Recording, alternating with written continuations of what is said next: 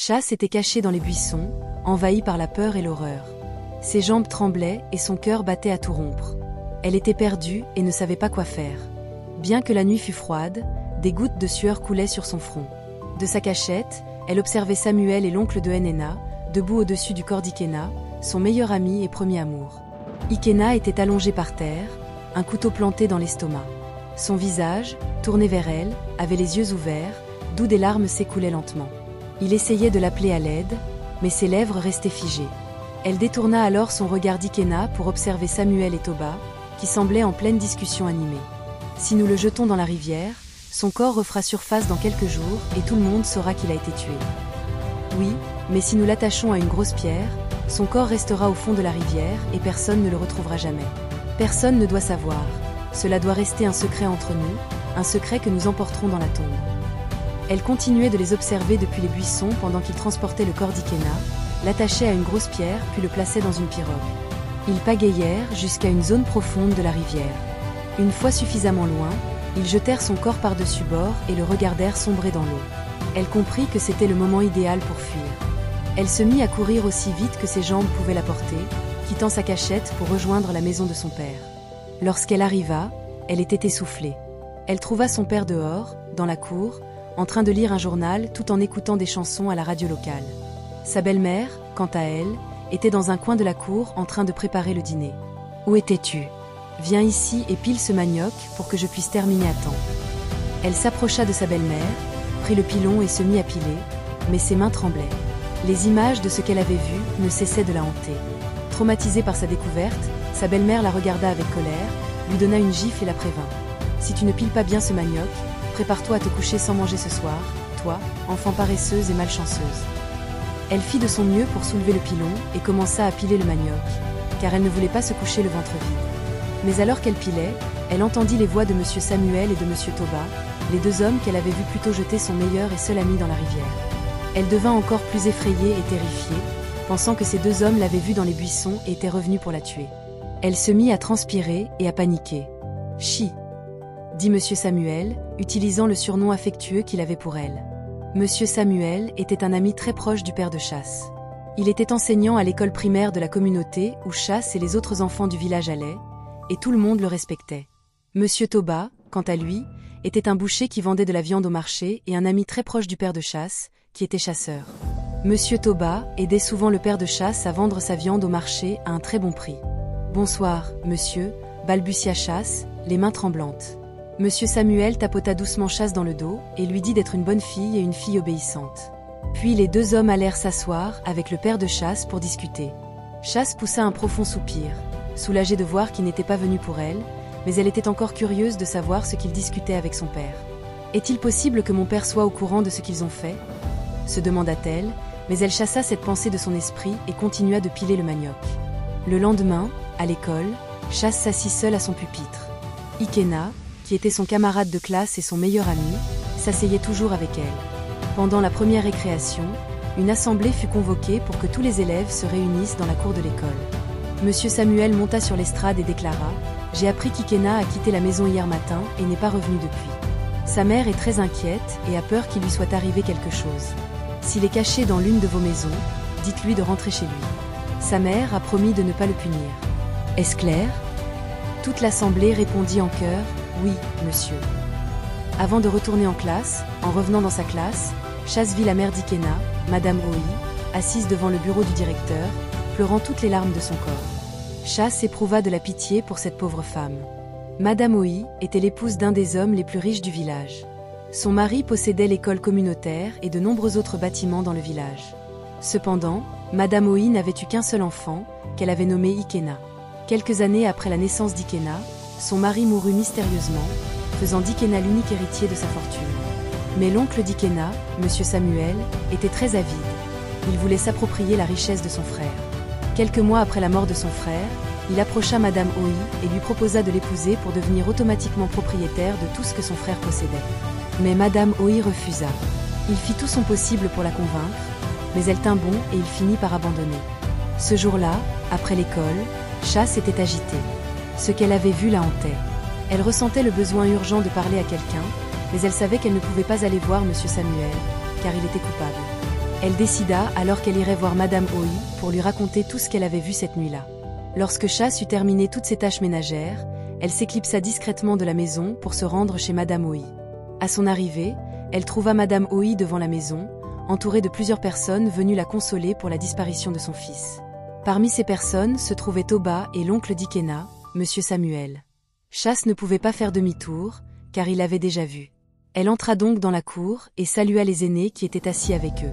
Dès que Madame Oi posa les yeux sur Chasse, elle se leva brusquement, agrippa les vêtements de Chasse et se mit à pleurer amèrement. « Tu étais sa meilleure amie, dis-moi ce qui est arrivé à mon fils. »« Où est mon fils ? Trouve mon fils pour moi !» s'écria Madame Oi, des larmes coulant sur ses joues. Les femmes autour d'elle la retinrent et lui firent lâcher prise sur les vêtements de Chasse. L'une d'elles cria alors à Chasse de quitter immédiatement la cour. « Ne sais-tu pas que ta présence lui rappellera toujours Ikena, son fils disparu ?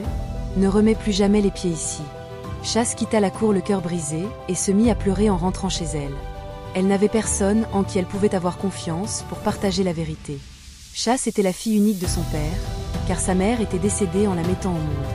Après la mort de sa mère, son père s'était remarié, mais sa belle-mère la maltraitait. Son père ne s'en souciait pas, car il la détestait, la tenant pour responsable de la mort de sa femme bien-aimée. Chasse n'avait pas d'amis, sauf Ikena. Ils étaient très proches et elle pouvait tout lui confier. Sa mort la bouleversait profondément. Chasse se sentait coupable de ne rien dire, même si elle connaissait l'assassin de son meilleur ami. Elle envisageait d'aller à la police, mais elle craignait qu'il ne la croie pas. Après tout, qui croirait les paroles d'une adolescente contre celles d'adulte? Elle pensa aussi à en parler à son père, mais leur relation était tendue et elle craignait que son père ne soit lui aussi impliqué. Chasse était l'une des meilleures élèves de sa classe et son enseignante, Madame Émir, l'aimait beaucoup. Madame Émir encourageait toujours Chasse à prendre ses études au sérieux, peu importe les difficultés qu'elle traversait dans la vie. En rentrant chez elle, Chasse croisa Madame Mir venant dans la direction opposée.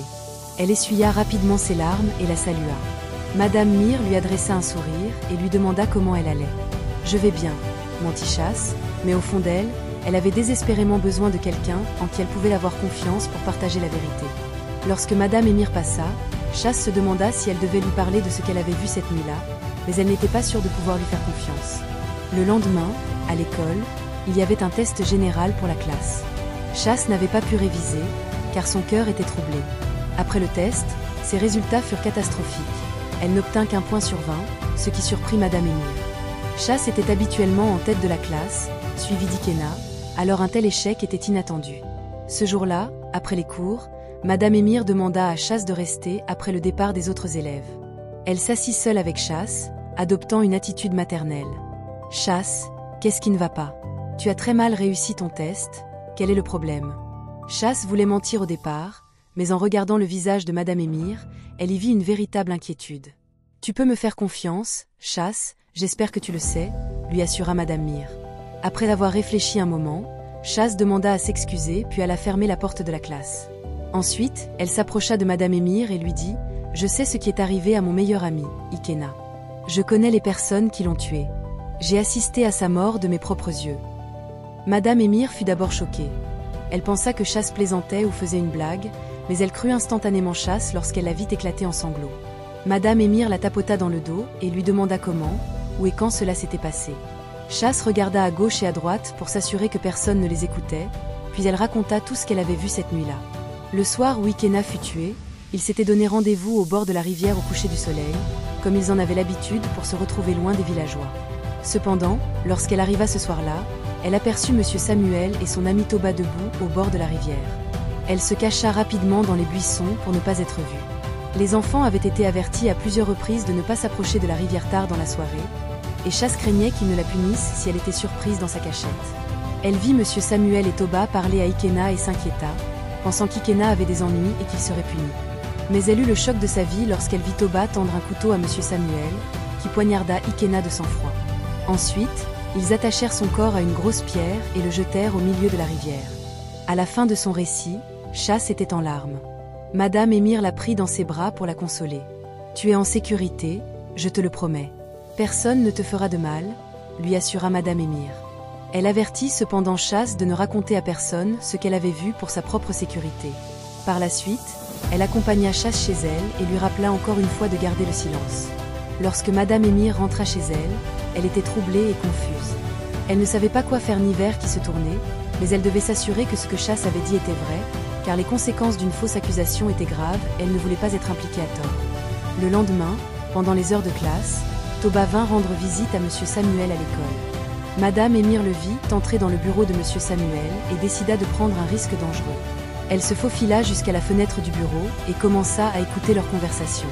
Ce qui est fait, et personne ne retrouvera jamais son corps. Tout ce qui nous reste maintenant, c'est la richesse de mon frère, mais sa femme est toujours en vie. Comment allons-nous accéder à ses biens ? Demanda Toba. Je ne pense pas pouvoir attendre que les anciens nous donnent le droit sur sa fortune, surtout maintenant que l'unique héritier a disparu. Que proposes-tu ? Je pense que nous devrions tuer sa femme aussi. Si nous faisons cela, tu deviendras automatiquement le propriétaire de tout, répondit Toba. Madame Émir fut choquée. Elle ne pouvait pas croire ce qu'elle entendait. Elle sortit rapidement son téléphone et commença à enregistrer leur conversation. Monsieur Samuel poursuivit. Ne crois-tu pas que ce serait suspect ? Nous avons tué mon frère il y a moins de 6 mois, puis son fils a disparu mystérieusement. Les gens soupçonneraient un acte criminel si sa femme mourait également. Cela arrive, répliqua Toba. Les gens diront qu'elle s'est suicidée à cause du chagrin et de la douleur qu'elle traversait. Épuisée par la position dans laquelle elle se tenait, Madame Émir essaya de bouger sa jambe pour se repositionner, et par inadvertance, heurta une boîte métallique. Le bruit attira l'attention des 2 hommes, qui se précipitèrent vers la fenêtre pour voir si quelqu'un les écoutait. Heureusement, Madame Émir réussit à s'enfuir avant qu'ils ne puissent la voir. Lorsqu'elle retourna en classe, elle était sans voix. Elle sut immédiatement que Chas disait la vérité et décida que ces 2 hommes devaient être exposés. Ce jour-là, après l'école, Madame Émir se rendit auprès du roi du village et lui rapporta tout ce qu'elle avait entendu. Elle fit également écouter l'enregistrement de leur conversation pour convaincre le roi de la véracité de ses propos. Le roi, furieux et en colère, ordonna à ses gardes de convoquer M. Samuel, Toba, Chas et Madame Ohi au palais. Une fois réunis, le roi leur demanda de dire la vérité sur ce qui était arrivé à Ikena. Les 2 hommes nièrent savoir ce qui s'était passé et jurèrent sur leur vie qu'ils n'avaient aucune idée de la manière dont il avait disparu. Le roi fit alors venir Chas devant toute l'assemblée et lui demanda de raconter ce qu'elle avait vu. Chas eut peur au début, mais le roi lui promit qu'elle était en sécurité. Pourtant, elle restait terrifiée par les 2 hommes. Cependant, lorsque Madame Émir l'assura qu'elle pouvait parler librement, Chas raconta tout ce qui s'était passé ce soir-là. Les 2 hommes furent stupéfaits d'entendre tout ce que Chas disait, mais ils continuèrent à nier ses propos. Pour vérifier ses dires, le roi envoya des pêcheurs à la rivière avec Chas et lui demanda de leur montrer l'endroit exact où ils avaient jeté le corps d'Ikena. Les pêcheurs plongèrent dans la rivière, et en quelques minutes, ils retrouvèrent le cadavre en décomposition et ensanglanté d'Ikena. Madame Ohi ne put retenir ses larmes et se mit à pleurer abondamment en essayant de porter le corps en décomposition de son fils, mais les gardes la retinrent et les femmes présentes tentèrent de la consoler. Monsieur Samuel et Toba furent arrêtés pour leur crime et avouèrent avoir tué le père d'Ikena ainsi que son fils dans le but d'hériter de sa fortune. Ils furent condamnés à la prison à vie. Quant à Chas, le roi, touché par son courage, lui offrit une bourse d'études pour qu'elle puisse étudier au niveau de son choix dans le pays de son choix. Chas cessa de vivre avec son père et sa belle-mère et fut adoptée par le roi, qui la considérait comme une princesse. La morale de cette histoire nous rappelle qu'il est sage de travailler pour acquérir sa propre richesse au lieu d'être envieux et cupide envers celle des autres. La cupidité peut pousser à commettre des actes inimaginables. Il est important d'avoir des amis qui veillent sur vous, peu importe les circonstances. Écoutez toujours les paroles des enfants, aussi naïves qu'elles puissent paraître, car dans chaque rumeur, il y a un fond de vérité. Soyez prudent avec les personnes en qui vous placez votre confiance, car votre meilleur ami peut devenir votre pire ennemi.